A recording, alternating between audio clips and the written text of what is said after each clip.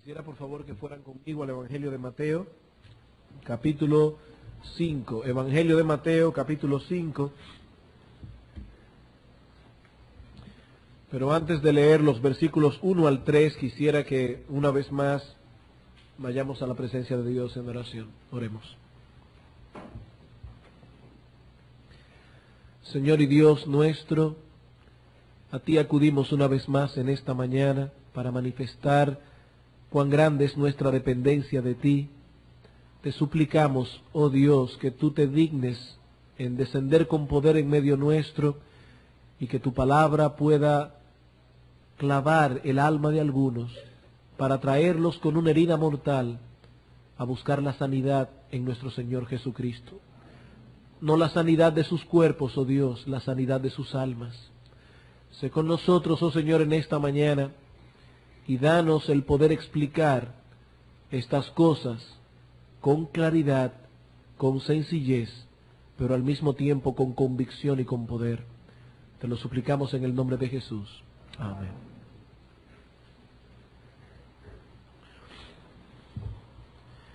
Mateo capítulo 5, versículos 1 al 3. Viendo la multitud, subió al monte, y sentándose vinieron a él sus discípulos, y abriendo su boca les enseñaba, diciendo: Bienaventurados los pobres en espíritu, porque de ellos es el reino de los cielos.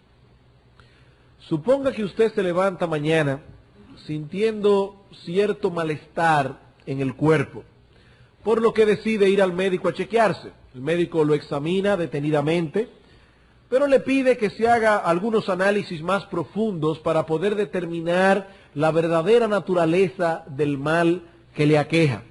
Usted se hace los análisis, esos análisis son enviados al doctor, a la semana siguiente usted regresa al médico para que le dé su veredicto y él lo recibe con un rostro sonriente y le dice esto: le tengo buenas noticias.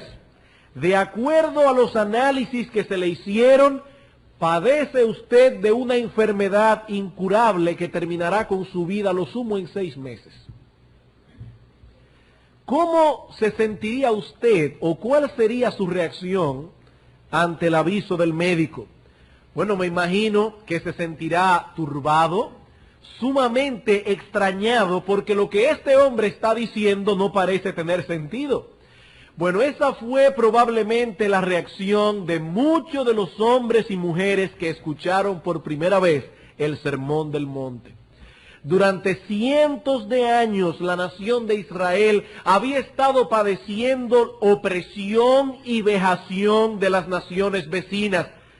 Y en esos momentos específicos se encontraban bajo la dominación de los romanos, un imperio cruel, corrupto, que no veía con buenos ojos el celo monoteísta de los judíos.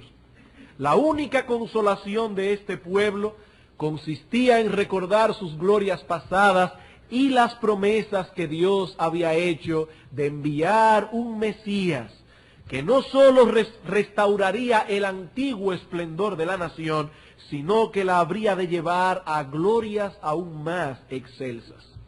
Este Mesías ha llegado y se dispone ahora a dar su discurso inaugural, el Sermón del Monte. Multitudes se reúnen a escuchar el manifiesto de este rey por tanto tiempo esperado, y sus primeras palabras, la primera palabra que pronuncia es: bienaventurados.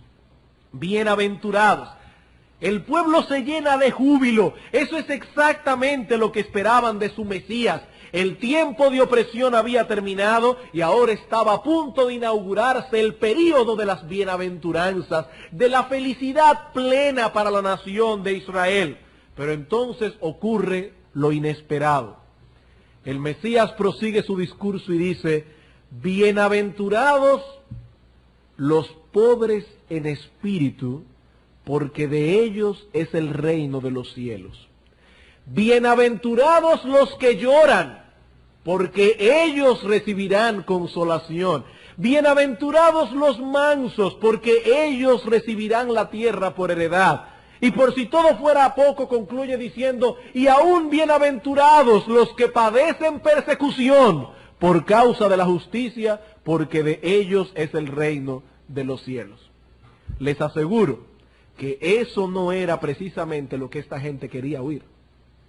Ellos esperaban promesa de prosperidad material, pero Cristo les dice en cambio que la verdadera bienaventuranza no se encuentra allí. Él ciertamente vino a implantar un reino, pero se trataba de un reino espiritual, cuyas características eran totalmente contrarias a las que el mundo exalta y anhela. El mensaje de Cristo no solamente contrastaba con el pensamiento de esta gente, sino que más aún era ridículo para muchos de ellos. El mundo nos dice que son bienaventurados los que han alcanzado riqueza, fama, gloria, poder. De acuerdo al pensamiento mundano, son felices los que pueden disfrutar de las diversiones y los deleites de esta vida presente cuando lo querramos y como lo querramos. Pero Cristo nos dice otra cosa en el Sermón del Monte. El mensaje de Cristo y del mundo se excluyen mutuamente. Se excluyen mutuamente. Si uno es verdadero, el otro tiene que ser falso por necesidad. ¿Y saben lo que eso significa? Hermanos y amigos que están aquí en esta mañana, significa que hay alguien aquí que nos está mintiendo. Que hay alguien aquí que nos está engañando. Y si nos equivocamos señalando cuál es el culpable de los dos, sufriremos pérdidas irreparables. Si el mundo tiene razón, no existe un estilo de vida más tonto, más absurdo y más ridículo que el de los cristianos. Si el mundo tiene razón, la única filosofía del mundo que debiéramos seguir es la que Pablo nos describe en 1 Corintios 15:32. Comamos y bebamos, porque mañana moriremos. Comamos y bebamos. Si no hay resurrección, dice el apóstol, tampoco hay promesas para una vida futura. Y si no hay vida futura, entonces no hay razón para seguir reprimiendo nuestros deseos. Debemos dedicarnos a hacer un paraíso de esta vida presente. Pero, si las palabras de Cristo son fieles y verdaderas, los que vivan el estilo de vida que el mundo promueve tendrán una existencia desgraciada en esta vida presente y más aún desgraciada por toda la eternidad. Muchas personas han perdido de vista este antagonismo. Piensan que se puede ser cristiano, seguidor de Cristo, y aún así buscar la felicidad a través del método que este mundo ofrece. No han visto el antagonismo de estas dos filosofías, pero las palabras de Cristo no admiten tal interpretación. Hermanos y amigos, escuchen esto con mucha atención. Aceptar el ofrecimiento del mundo es llamar a Cristo mentiroso. En palabras más sencillas, si usted piensa, si usted cree que encontrará la felicidad y una vida más plena a través de las riquezas, a través de las diversiones, a través de la aceptación de cierta gente, o a través de un cambio en las circunstancias que le ha tocado vivir, para usted Cristo es un mentiroso y sus palabras no son más que un vil engaño. Y por favor, no piense que estoy exagerando tan rápido. Lea detenidamente el capítulo 5 de Mateo y dígame si podemos llegar a otra conclusión. Cristo dice aquí, felices los nadie de este mundo. Felices los que han alcanzado una comprensión profunda de su propia iniquidad y lloran por su condición. Felices aquellos que aceptan la voluntad de Dios sin murmurar, con mansedumbre, sobre todo cuando esa voluntad es contraria a la mía, sobre todo cuando esa voluntad es contraria a mis deseos. Y amigo, eso no es lo que el mundo enseña. Más aún, esto es totalmente ridículo a los ojos del mundo. Aquí hay alguien que tiene que estar equivocado. Alguien nos está engañando. Alguien nos ha vendido una fórmula de felicidad que no funciona y que en realidad opera el efecto contrario. Si el método del mundo es el correcto, el cristianismo es una estupidez. Si Cristo era quien decía ser, el ofrecimiento del mundo es una desgracia. Es una desgracia. ¿Ven cómo no se pueden aceptar ambas cosas al mismo tiempo? El cristianismo es esencialmente opuesto a todo lo que el mundo dice. El cristiano es una persona esencialmente distinta al no cristiano. Noten lo que estamos diciendo, no externamente. Estamos diciendo que el cristiano es esencial, intrínseca, internamente distinto al no cristiano. El cristiano y el no cristiano admiran cosas diferentes, anhelan cosas diferentes. Son distintos por completo en lo que hacen, en la forma en que piensan, cómo hablan, cómo visten, cómo se comportan. Somos distintos, esencialmente distintos. Y como somos distintos, uno de estos grupos tiene que estar equivocados y nosotros no tenemos ningún reparo en hacer nuestras las palabras del apóstol en Romanos 3:4. Sea Dios veraz y todo hombre mentiroso. Sea Dios veraz. Amigo, Satanás es un homicida y un engañador. Él desea tu destrucción. Él desea tu desgracia. Y para lograrlo, Él ha creado un gran parque de diversiones llamado la Feria de las Vanidades.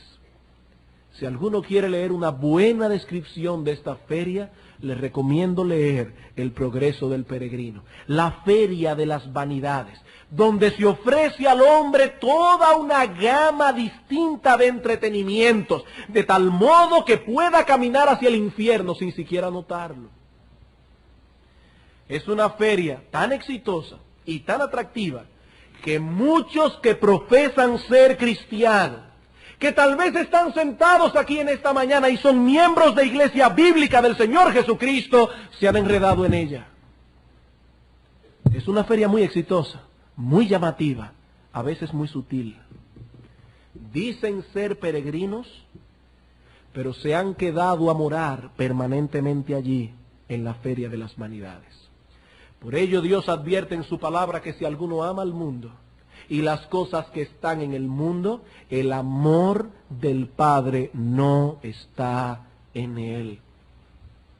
Satanás ha logrado una gran victoria a través de estos ciudadanos de la feria que profesan ser cristianos, porque a través de ellos ha desacreditado el cristianismo bíblico. Y muchos hoy día, viendo a estos cristianos muy entre comillas, creen que se puede seguir a Cristo sin ser tan radical, sin ser tan fanático. Pero mientras la palabra de Dios permanezca vigente, debemos saber que el reino de Cristo no es de este mundo y que los suyos que pertenecen realmente a ese reino tampoco pertenecen a él. Estamos aquí, pero no somos de aquí. Como dice el apóstol Pablo en Filipenses capítulo 3, nuestra ciudadanía está en los cielos, de donde también esperamos a nuestro Señor, el Salvador Jesucristo. ¿Y cómo se supone que son los ciudadanos de ese reino celestial? Bueno, eso es precisamente lo que nos describe el Señor en las bienaventuranzas, y que pasaremos a considerar en detalle ahora luego de esta corta introducción. Hoy comenzaremos a estudiar la primera de las bienaventuranzas. Pero por causa del tiempo no podremos concluir hoy. Tendremos que seguir, si el Señor lo permite, el domingo próximo. Así que nos limitaremos a dos consideraciones únicamente. En primer lugar, veremos algunos conceptos errados en cuanto al significado de estas palabras, bienaventurados los pobres en espíritu. Y en segundo lugar, pasaremos a considerar una definición positiva de lo que realmente significan estas palabras. Muchas veces la mejor manera de definir algo es eliminando primero los conceptos inadecuados. Sé que algunos estudiantes que están aquí todavía en el colegio y en la universidad entenderán esto. Supongamos que tenemos un examen de selección múltiple. Hay una pregunta y varias respuestas, solo una de ellas es correcta. Y una de esas preguntas no conocemos de inmediato su respuesta. Bueno, una forma de resolver la dificultad es eliminar primero aquellas respuestas que obviamente no son correctas. Y eso nos va a dar un margen de menos equivocación. Es una forma de trabajar con la selección múltiple. Bueno, eso es lo que trataremos de hacer en esta mañana. Antes de considerar el asunto desde un punto de vista positivo, veamos en primer lugar algunas consideraciones negativas. ¿Qué no quiso decir Cristo cuando dijo, bienaventurados los pobres en espíritu? Bueno, en primer lugar, Cristo no está hablando en nuestro texto de pobreza material. En primer lugar, debemos aclarar que Cristo no está hablando en nuestro texto de pobreza material. Cristo no está diciendo aquí que el reino de los cielos es para los que padecen carencias materiales, carencia de cosas materiales, ya que eso implicaría dos cosas que la Escritura no enseña. En primer lugar, implicaría que todos los pobres son salvos. Y en segundo lugar, que todos los ricos están condenados. Pero tanto la Escritura como la experiencia nos enseñan que existen hombres y mujeres pobres sumidos en sus pecados y endurecidos de corazón. Y que al mismo tiempo existen ricos que se han arrepentido de sus pecados y ahora viven para la gloria de Dios. Así que ni la pobreza es un signo inequívoco de espiritualidad, así como las riquezas no son un signo inequívoco de carnalidad. En la iglesia primitiva habían ricos, habían pobres, compartiendo las mismas bendiciones espirituales. Por ejemplo, el apóstol Pablo escribió en 1 Timoteo capítulo 6, versículo 17 al 18, a los ricos de este siglo, manda que no sean altivos, que no pongan su confianza en las riquezas, las cuales son inciertas. El apóstol Pablo está presuponiendo que allí sentado en la iglesia habían ricos. Y más aún, el consejo que da Pablo a esos ricos no es que imiten el ejemplo de San Francisco de Asís, sino que dice más bien a los ricos de este siglo, mándales que no pongan su confianza en las riquezas. En la iglesia de Cristo, hasta que el Señor vuelva, habrán ricos y habrán pobres. De hecho, muchas veces, las causas envueltas en que una persona sea pobre son pecados. No siempre es así, no siempre es así, pero hay personas que son pobres por su pecado. Por ejemplo, hay personas que son pobres por causa de su negligencia en el trabajo. ¿Qué nos dice Proverbios capítulo 10, versículo 4? Que la mano del negligente empobrece. Hay personas que son pobres porque son vagos, porque son perezosos, no son diligentes en sus asuntos.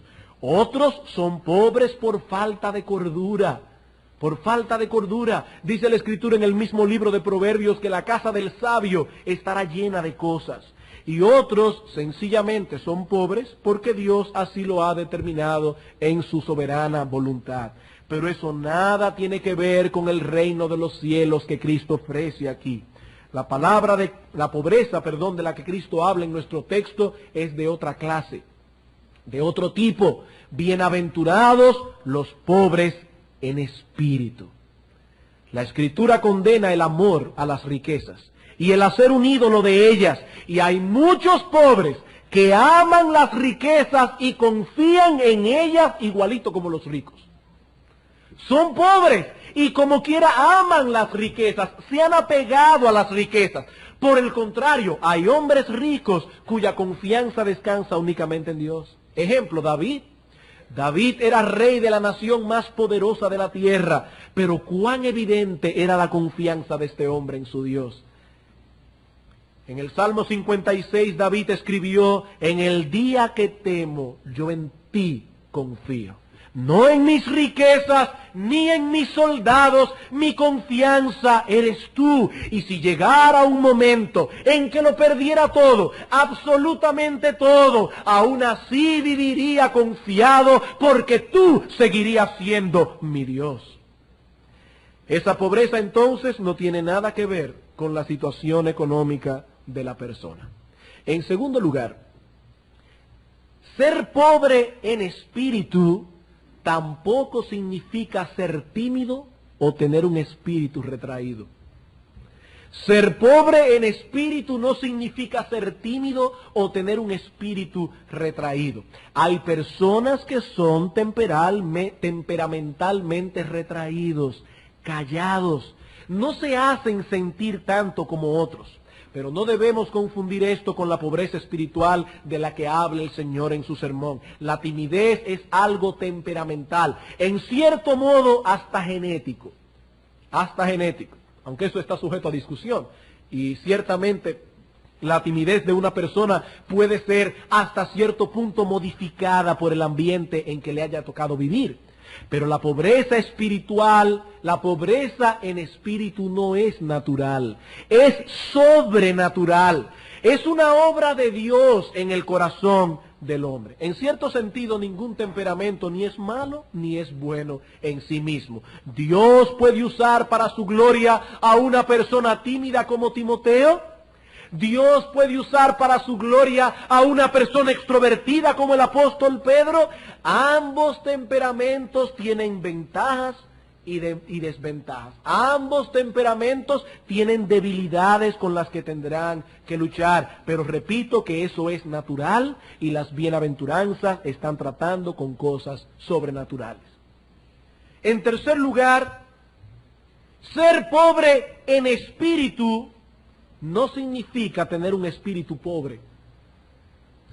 Ser pobre en espíritu no significa tener un espíritu pobre. Esto puede sonar extraño a algunos, pero no es lo mismo ser pobre en espíritu que tener un espíritu pobre. Hay personas que poseen tal bajeza espiritual que solo se deleitan en cosas carnales. Cosas que solo pueden ser percibidas por los sentidos. El gusto, el oído, el tacto, los ojos, etc. Judas llama a esas personas sensuales. Y para aclararnos a qué se refiere, nos dice en el versículo 19 que no tienen el espíritu. ¿Qué son personas sensuales? Personas que no tienen el Espíritu Santo en ellos. El Espíritu Santo implanta en aquellos que lo poseen la capacidad de deleitarse en las cosas espirituales, en la comunión de los hermanos, en la oración, en la lectura de la palabra, en venir a la iglesia a adorar a Dios, en meditar en el amor de Cristo. Pero las personas sensuales solo pueden deleitarse en aquellos placeres que se perciben por los sentidos. Son espiritualmente pobres y por ende viven vidas desgraciadas. El apóstol Pedro nos dice en su segunda carta que son como animales irracionales. Y Judas los describe en el versículo 16 como personas que andan según sus propios deseos. La felicidad de esta gente depende de que los sentidos sean alimentados. Mientras sus sentidos están siendo alimentados, son felices. Comer una buena comida, ver una buena película, escuchar una buena música. Pero todo no es más que un escapismo. Todo no es más que un escapismo. Una persona que solo se deleita en esas cosas es un sensual. Es un sensual. Lo único que le hace feliz es aquello que puede ser palpado por los sentidos. No tienen más deleite que ese. Eso es sensualidad. Como decíamos en el sermón anterior, el alma no puede satisfacerse con cosas materiales porque es espiritual. Y al buscar la felicidad a través de los sentidos, estos hombres y mujeres desgraciados van, no desgraciados en el sentido de un insulto. Estoy diciendo que son desgraciados porque van de frustración en frustración, de frustración en frustración, porque sus almas siempre se quedan insatisfechas, siempre se quedan insatisfechas. Comer una buena comida, ver una buena película, escuchar una buena música, eso puede hacernos escapar por un tiempo, pero el alma quedará vacía, porque el alma no se sacia con esas cosas. Son sensuales, son sensuales. En cuarto lugar, y por último en cuanto a este punto, tampoco se trata de una humildad verbal. Ser pobre en espíritu no es lo mismo que ser pobre en palabras. Hay ciertas personas que han aprendido el lenguaje de la humildad. El lenguaje de la humildad. Los escuchamos orar y parecen tan humildes, pero tan humildes. ten misericordia de mí, porque soy un miserable, no soy más que un gusano, no valgo nada, no soy nada. Eso suena a humildad. De hecho, eso es exactamente lo que los hombres y mujeres humildes piensan de sí mismos. Cuando Dios llamó a Moisés desde la zarza para liberar a su pueblo, Moisés no se paró delante de Dios y le dijo, ¡oh, qué buena elección has hecho, Señor! No hubieras podido fijarte en nadie más adecuado. Como sabes, conozco muy bien la idiosincrasia egipcia, ya que fui educado en los mejores colegios de la nación. Por si todo eso fuera poco, viví en el palacio del rey y conozco cómo se manejan las cosas del gobierno. Tengo facilidad de expresión y fortaleza de carácter. Señor, indudablemente no habría nadie mejor que yo para realizar ese trabajo. ¿Fue eso lo que le dijo Moisés cuando Dios lo llamó? Por supuesto que no. Hubo un tiempo cuando Moisés pensaba así, pero Dios se encargó de humillarlo hasta el polvo. Lo envió 40 años a la escuelita del desierto en Madián, con el propósito de que perdiera aquella confianza que tenía en sí mismo. De manera que cuando Dios se le apareció 40 años más tarde, la respuesta de este hombre fue, Éxodo 3:11, ¿quién soy yo? ¿Quién soy yo para que vaya Faraón y saque de Egipto a los hijos de Israel? Estas no son meras palabras. Moisés sentía en ese tiempo que sus días de utilidad habían terminado. 40 años oyendo balido de ovejas no le da a uno capacidad para pararse delante de un jefe de Estado y decir, saca a ese pueblo de allí. Moisés sentía 40 años después que ya no servía para nada. Pero Dios tenía otra opinión muy distinta. Era necesario que Moisés llegara a este punto para que entonces Dios pudiera usarlo a toda capacidad. Así que la terminología de aquel que es pobre en palabras no difiere en mucho de aquellos que son realmente pobres en espíritu. La diferencia que hay entre un hombre pobre en palabras y un hombre verdaderamente humilde se verá en el hecho de cómo reaccionan ambos cuando los demás lo tratan de acuerdo a lo que ellos dicen ser. Voy a repetir eso.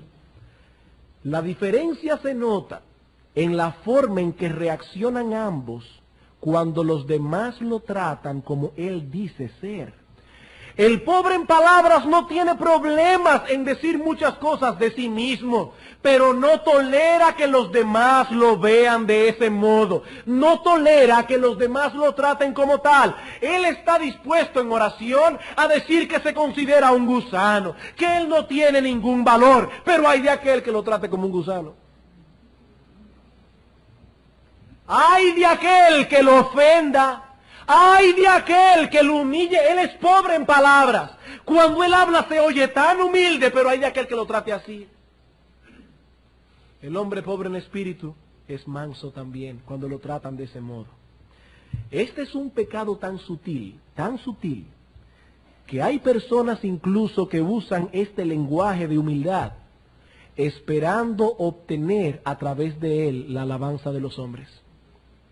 Es un gancho. Esperando obtener la alabanza de los hombres. Ah, fulano, tú podrías hacer. No. Yo no sirvo para eso. Y en el corazón están esperando que los demás le digan, por supuesto que das para eso. Eres la persona adecuada. Gracias por decírmelo, me siento más tranquilo ahora. Eso es un ardid astuto. Otros simplemente buscan con este lenguaje evadir su responsabilidad. Evadir su responsabilidad. ¿Recuerdan ustedes la parábola de los talentos? El Señor nos dice allí que Dios entregó a cada persona un número determinado de talentos. A uno le dio 5 y cuando llegó la hora le devolvió 10. A otro le dio 2 y cuando llegó la hora le devolvió 4 a su Señor. Pero finalmente le llegó al turno al que había recibido 1. ¿Qué esperaba el Señor que hiciera este hombre con su talento? Que lo pusiera a producir, aunque solo hubiese sido ganando un talento más. Pero tal vez Este hombre pensó, ¿y qué puedo hacer yo con un talento? Aquellos tienen 5, 2, pero yo solo tengo 1, así que es mejor que aquellos se encarguen del asunto. Ellos están mejor preparados. Yo me quedaré aquí tranquilo reconociendo mis limitaciones.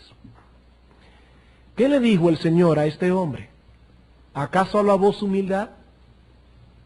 Escuchen sus palabras en Mateo 25, 26. Respondiendo su Señor le dijo, siervo malo y negligente. No le dijo siervo humilde, le dijo malo y negligente. ¿A ti no se te pidió que fructificaras como aquellos en la misma medida? Pero si hubieses sido fiel, habrías puesto tu talento, el único que recibiste, al servicio de Dios y de su reino. Así que, hermano, no debemos encubrir nuestra pereza en una falsa humildad. Recibimos un talento, bueno, ese talento lo pondremos a funcionar. Como veremos esta noche, no quiero robarle el mensaje a nuestro hermano pastor Eduardo Saladín. Nadie ha recibido los mismos talentos ni la misma capacidad, pero todos tenemos que ser fieles. Todos tenemos que ser fieles. Bien, habiendo considerado algunos conceptos erróneos, pasemos ahora a una definición positiva de lo que significa ser pobre en espíritu. Y lo vamos a hacer haciendo una pregunta muy simple. ¿Qué dice el texto? Bienaventurados los pobres en el reino espiritual, pero los pobres en fin. Y la pregunta es esta: ¿qué es lo que hace a una persona ser pobre? ¿Su apellido? ¿El color de su piel? ¿El lugar donde nació? ¿Qué es lo que hace a una persona ser pobre? La respuesta es sus carencias. Sus carencias. A mayor carencia, mayor pobreza. No todos los pobres son igualmente pobres. Algunos tienen más carencias que otros. En el idioma griego, que fue el idioma en que se escribió el Nuevo Testamento, hay dos palabras distintas para señalar dos tipos distintos de pobreza. La primera palabra señala a ese hombre que tiene lo suficiente para vivir, pero que no posee nada más de ahí. En otras palabras, vive pero con dificultad. Vive pero al margen. Ese es un hombre pobre. La segunda palabra señala a aquel que carece aún de las cosas necesarias para la vida. Aún de las cosas necesarias para vivir. Y esa es precisamente la palabra griega tojos, la palabra que usa el Señor en Mateo 5:3. Es la misma palabra que aparece en Lucas 16 en la parábola del rico y Lázaro. Lázaro es descrito en la parábola como un mendigo, la misma palabra, tojos, que estaba echado a la puerta del rico lleno de llagas, esperando ansiosamente a que cayera alguna migaja de la mesa del rico para poder comer. Se trataba de un hombre totalmente destituido, no solo de posesiones presentes, sino de la esperanza de conseguirlas en el futuro, a no ser que alguien se apiadara de él. Dice el texto, para poner más crítico el cuadro, que aún los perros venían a lamer las llagas de Lázaro. Este hombre no solo carecía de las cosas más elementales de la vida, también carecía de los medios para salir de esa condición por sí mismo. Alguien puede ser ahora mismo pobre en el presente, pero sabe que tiene amigos que en un momento dado pueden darle una mano y sacarlos de su condición. Otros están pasando por una mala racha, pero tienen cierta preparación y ciertas capacidades que pueden proveerle en el futuro los medios necesarios para una situación más alentadora. Otros sencillamente están esperando alguna herencia. Pero el hombre de nuestra historia no poseía ninguna de estas cosas. Y así ha de ser la pobreza de la que nos habla el Señor en Mateo 5:3. El hombre que posee esta clase de pobreza sabe que espiritualmente hablando no es nada, no tiene nada y no puede salir por sí mismo de esa terrible condición. Este hombre ha sido redarguido de pecado, ha visto cuál es su verdadera condición espiritual delante de Dios y sabe que es un miserable. El mundo insiste en la autoconfianza como algo necesario para obtener el éxito. Confía en ti mismo, tú eres alguien. Pero Cristo dice aquí, felices aquellos que saben que son nadie. Felices aquellos que conocen su impotencia. Felices aquellos que conocen que carecen de justicia propia, que han podido ver su corrupción, que han podido ver su pecado a la luz de la santidad de Dios y que saben que no tienen otra alternativa que ir delante del santuario clamando por misericordia. Felices ellos. Los pobres en espíritu saben que no tienen nada que exigir, nada que reclamar. Van a la presencia de Dios como aquel publicano que ni siquiera se atrevía a alzar sus ojos al cielo, sino que profundamente humillado se golpeaba el pecho y decía, Dios, sé propicio a mí, soy pecador. Y Cristo dijo, les aseguro que ese hombre fue a su casa justificado, pero no aquel. Este publicano llegó al santuario y dijo, Dios, no poseo nada, absolutamente nada que pueda presentar como meritorio delante de ti. Y ¿saben una cosa? En realidad, todos los hombres están en la misma condición que ese publicano. Todos están en una condición miserable por causa de sus pecados y transgresiones, pero no todos saben que lo están. Ahí está la diferencia. No todos saben que lo están. Un hombre puede estar padeciendo sin saberlo de una enfermedad mortal asintomática. Él no siente nada extraordinario, pero se está muriendo. Y en su ignorancia puede llegar incluso a jactarse de su buena salud, porque es un ignorante. Pero aquellos que son pobres en espíritu no solo carecen de todo mérito y de toda posibilidad en sí mismos, sino que están conscientes de eso. Esta gente sabe que no tienen nada de qué gloriarse delante de Dios. Nada. Esa es la diferencia entre aquel que es pobre en el espíritu y el que no lo es. Uno sabe algo que el otro no conoce. Uno de ellos ha sido despertado por Dios para verse espiritualmente tal cual es. El otro está en tinieblas y consecuentemente tiene un concepto inadecuado de sí mismo. Escuchen las palabras del Señor Jesucristo a estas personas en Apocalipsis 3:17. Porque tú dices, yo soy rico y me he enriquecido y de ninguna cosa tengo necesidad. Eso es lo que tú dices, pero no sabes que tú eres un desventurado, miserable, pobre, ciego y desnudo. Estás en problemas, dice Cristo, pero no lo sabes. No eres nada, no tienes nada y no puedes hacer nada por ti mismo para mejorar tu condición. Pero tu problema es peor, 1000 veces peor, porque no lo sabes. Crees que eres alguien, que posees ciertas capacidades, pero si te vieras tal cual eres realmente, vendrías al trono de la gracia clamando por misericordia. Los cristianos son pobres en espíritu. Esta condición es esencial para la fe verdadera. Noten que el Señor colocó esta característica en una posición estratégica. Por ahí comenzó. Porque sin ella es imposible todo lo demás. Donde esta pobreza en espíritu está ausente, allí tampoco está Cristo. Los cristianos son pobres en espíritu.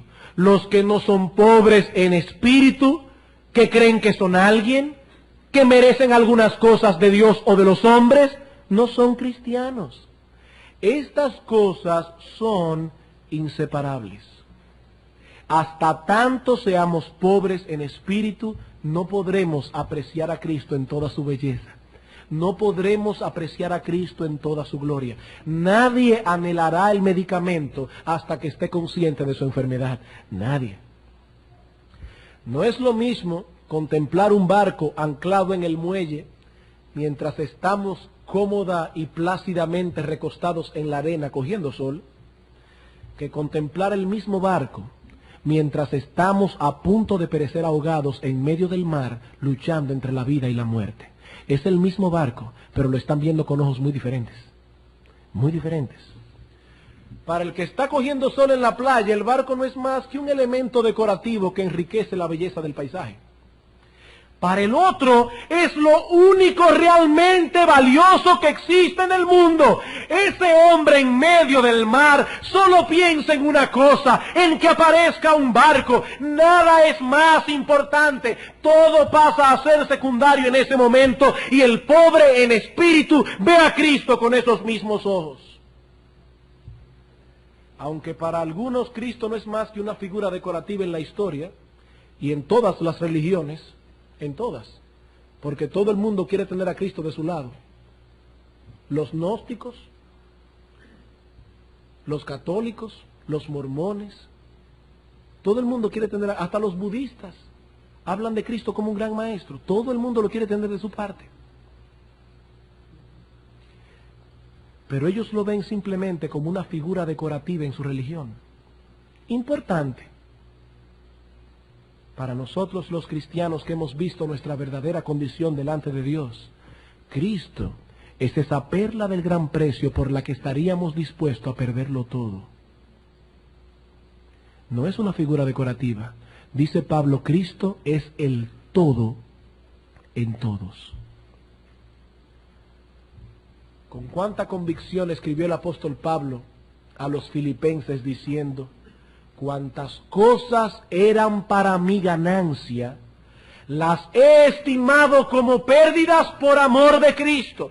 Y ciertamente aún, 30 años después de mi conversión, estimo todas las cosas como basura para ganar a Cristo y ser hallado en Él, no teniendo mi propia justicia que es por la ley, sino la justicia que es de Cristo por la fe. Eso es lo que piensa un cristiano. Eso es lo que piensa un cristiano. Cuando usted ve a un hombre que le dice, yo quisiera ser salvo, pero ese pero nos indica que este hombre no ha entendido su necesidad a plenitud y que no está preparado para el arrepentimiento. El pobre en espíritu se aferra a Cristo con todas las fuerzas de su corazón, no importa cuántas cosas tenga que soltar para aferrarse con más fuerza. ¿Cómo que yo quiero conocer a Cristo, pero? No. Nunca forcen a una persona a hacer una decisión por Cristo si está pensando de esa manera. Ese individuo no entiende lo terrible que es su condición y no está preparado para el reino de los cielos. No lo está. Pedro resumió todo esto en su primera carta cuando dijo: para vosotros, pues, los que creéis, Él es precioso. Para vosotros. Para el mundo no, pero para vosotros que sabéis que una herida mortal ha traspasado vuestra alma, Él es precioso. Para vosotros que sabéis que solo la sangre de Cristo puede librarlos de una separación eterna de Dios, de padecer por los siglos de los siglos las llamas del infierno en compañía del diablo y sus ángeles, Él es precioso para vosotros. Precioso como ninguna otra cosa en el mundo lo es.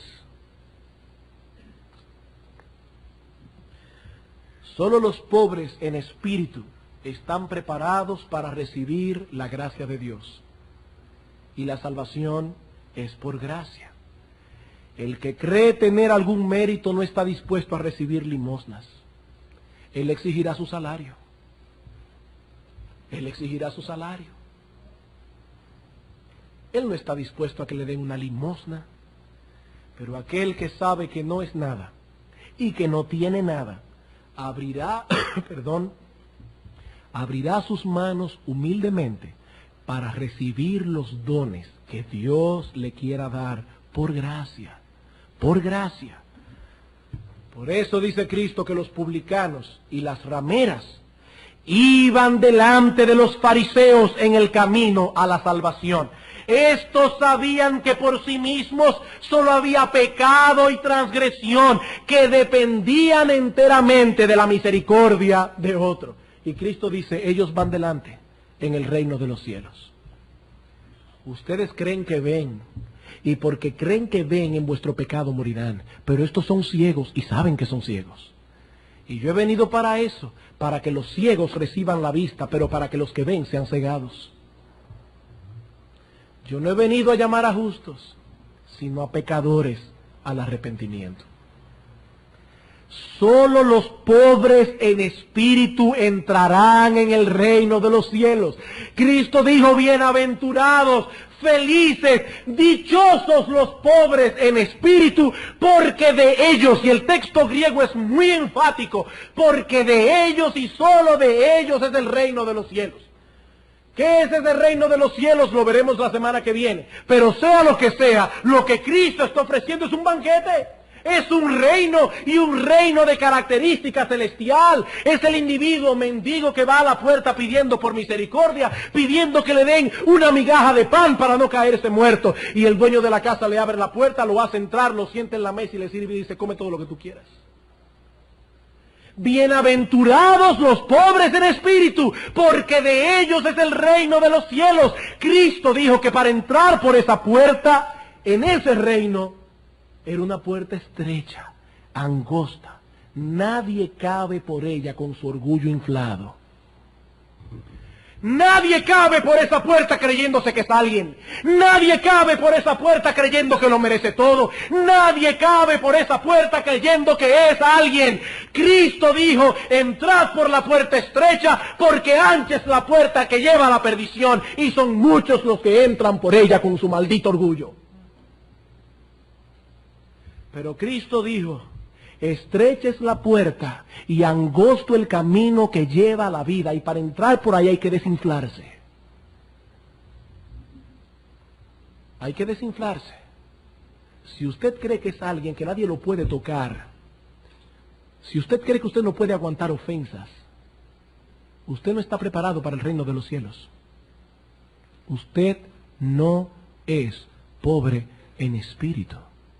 Y porque no es pobre en espíritu, vive una vida desgraciada, amparado en su propia justicia y en su propia confianza. La semana próxima nosotros veremos cuáles son las marcas que caracterizan a los pobres en espíritu y cuál es la recompensa que Dios promete. Pero quisiera decir esto para terminar. Si Dios ha dado a algunos aquí, durante este sermón, una visión más precisa de su condición espiritual. Amigos, si Dios te ha permitido ver dentro de ti mismo, y al ver dentro de ti mismo te has dado cuenta de que no eres nada delante de Dios, has visto tu corrupción, no te quedes mirando dentro de ti mismo. No te quedes allí. Somos pobres, somos viles, miserables, pero en Cristo habita la plenitud de la deidad. Y créeme, amigo mío, su justicia, la de Él, es suficiente para ti. Su justicia es suficiente para ti. Y Él ha prometido poner su justicia en tu cuenta solamente por la fe. Solamente por la fe. El pobre en espíritu es feliz no por sus carencias. Eso no es lo que lo hace feliz. Hermanos y amigos, a mí no me hace feliz ver tan grande que son mis corrupciones. A mí no me hace feliz ver lo impotente que soy. El pobre en espíritu no es feliz por sus carencias, sino por la plenitud de Cristo. Eso es lo que lo hace feliz. Ve a Él como lo hizo aquel publicano, clamando por misericordia, y te aseguro que obtendrás misericordia, porque Él vino a buscar y a salvar lo que se había perdido. Si estás perdido, esa salvación es para ti. Esa salvación es para ti, gratuitamente, por gracia, por medio de la fe. Vamos a orar. Cuán grande, oh Dios, es tu misericordia. Cuán grande, oh Dios, es tu bondad, que nos viste perdidos en nuestros pecados y aliviaste nuestro pesado yugo, y nos has enviado un gran Salvador, que es Jesús el Señor. Oh Dios, gracias por Jesucristo, porque si no hubiese sido por Él, ahora mismo estaríamos muertos en nuestros delitos y pecados. Gracias por Jesucristo. Oh bendito Señor, pero sabemos que Él no fue un gran Salvador, Él sigue siéndolo. Y te suplicamos que en esta mañana ejerza su poder para traer a algunos aquí que todavía están confiados en su propia justicia, humillados al monte Calvario. Ayuda a algunos aquí, oh Dios, a reconocer su pecado y a clamar por misericordia. Te lo suplicamos en el nombre de Jesús. Amén.